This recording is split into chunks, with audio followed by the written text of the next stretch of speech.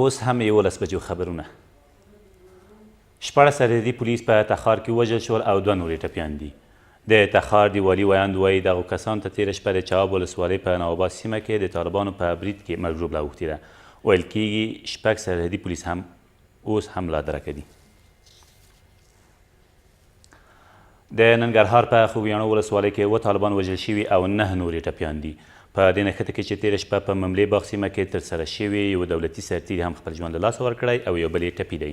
د ننګرهار د سیمه ییزو مسؤلینو په وینا د همګړۍ په یاده ساحه کې وضعیت ارامه دی. د ایټالیې په فلورانس پوهنتون کې د بامیان ښار ماسټر پلان جوړ او 13 ورځ ولسمشرۍ ماڼۍ ته وړاندې شو.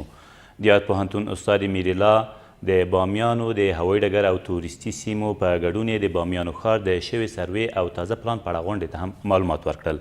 ولسمشر غني په دې ناسته کې چې 13 ورځ په ولسمشرۍ ماڼۍ کې ترسره شوه وویل هغه کورونه چې د بامیانو په تاریخي او ګرځندویه سیمو کې واقع دي باید په استملاک کې بدیل ولټول شي او په دې برخه کې د خلکو همکاري هم اړینه وبلل شوه. ښاغلي غني همدارس په ډاګه کړه چې د ښارونو په ډیزاین کې باید له بهرنیو موډلونو استفاده ونه شي او د تیموري صنعت په ګډون د سنتي فرهنګ له ودانیزو طریقو څخه ګټه نه وشي.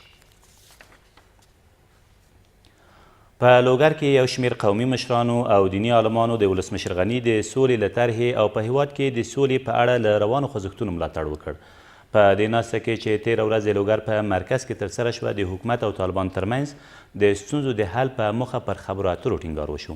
په دې وروستیو کې د سولې غوښتنې بېلابېل خوځښتونه پیل شوي خو لا هم تر اوسه یې مطلوبې پایلې نه دي ورکړي.